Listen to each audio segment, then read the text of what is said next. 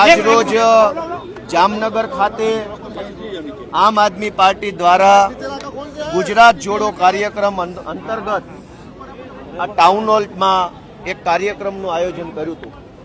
આ કાર્યક્રમમાં ખૂબ સારી રીતે કાર્યક્રમ ચાલતો હતો ત્યારે આજે આટલી વિશાળ જનસંખ્યા જોઈને, જામનગરની અંદર આમ આદમી પાર્ટીને આટલું વિશાળ જનસમર્થન જોઈને ભાજપ અને કોંગ્રેસ બેયના પેટમાં તેલ રેડાયું અને ભાજપ કોંગ્રેસ બંનેએ ભેગા મળીને આજે આ સભા દરમિયાન જ્યારે હું વક્તવ્ય આપતો હતો ત્યારે એક વ્યક્તિએ આવીને મારા ઉપર કશુંક ફેંક્યું। મને એવું લાગ્યું કે પથ્થરો ફેંક્યો છે, પણ પાછળથી લોકોએ જણાવ્યું કે જૂતા ફેંક્યા, ચપ્પલ ફેંક્યા છે।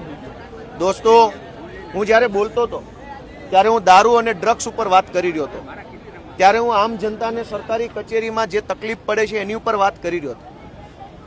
આમ જનતાને સરકારી કચેરીમાં કોઈ તકલીફ પડે છે એ મુદ્દો ઉઠાવવો ગુનો નથી। ગુજરાતમાંથી ડ્રગ્સનું દૂષણ નાશ પામે એ મુદ્દો ઉઠાવવો ગુનો નથી। જ્યારે હું આ મુદ્દો બોલ્યો ત્યારે મારી ઉપર જે હુમલો કરવામાં આવ્યો એ હુમલો ખરેખર યોગ્ય નથી।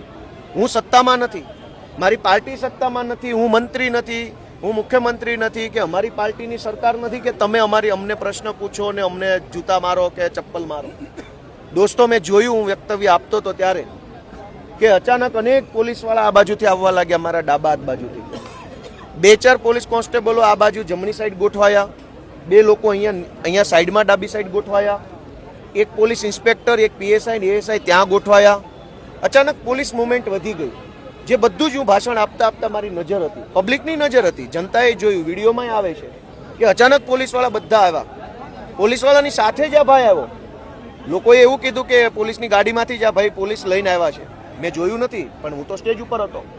અચાનક પોલીસવાળા આવ્યા, આ ભાઈ આવ્યો અને જેવું એણે મારા ઉપર ફેંક્યું ચપ્પલ, તરત જ પોલીસે એને એસ્કોર્ટ કરી લીધો। એનો અર્થ એ થયો કે ભાજપના ઈશારે પોલીસવાળા મારા ઉપર ચપ્પલ ફેંકાવનારાને લઈને આવેલા ને પાછું એસ્કોર્ટ કરીને પાછો લઈ જવાની પ્લાનિંગ સાથે આવેલા। જો એ માણસ પોતાની મરજીથી આવ્યો હોત તો પોલીસ એસ્કોર્ટ કેવી રીતે? અચાનક જ બધા પોલીસવાળા આવી ગયા ને એને જેવું એણે ફેંક્યું તરત એને પોલીસે એસ્કોર્ટ કરી લીધો। એનો અર્થ એ થયો કે પ્રી પ્લાનિંગથી મારા ઉપર હુમલો કરવામાં આવ્યો છે। મને એવું લાગે છે કે ગુજરાતના ગૃહમંત્રી હર્ષ સંઘવીને મારાથી કંઈક તકલીફ પડતી લાગે છે। જે રીતે અમે એની સામે અવાજ ઉઠાવીએ છીએ, વિરોધ કરીએ છીએ, એના કારણે એને તકલીફ પડતી હોય એટલે પોલીસની પ્રોટેક્શનમાં ચપ્પલ ફેંકનાર વ્યક્તિને મોકલી મારી ઉપર હુમલો કરાયો છે, એની હું નિંદા કરું છું અને આશા રાખીએ કે આવી હલકી કૃત્ય કરવાના બદલે કંઈક સમાજના કામ કરે, જનતાના કામ કરે। સત્તામાં ભાજપ છે, અમારી સભાઓમાં ચપ્પલો ફેંકવાથી કે પ્રશ્નો પૂછાવડાવવાથી કંઈ જનતાનો ફાયદો નથી।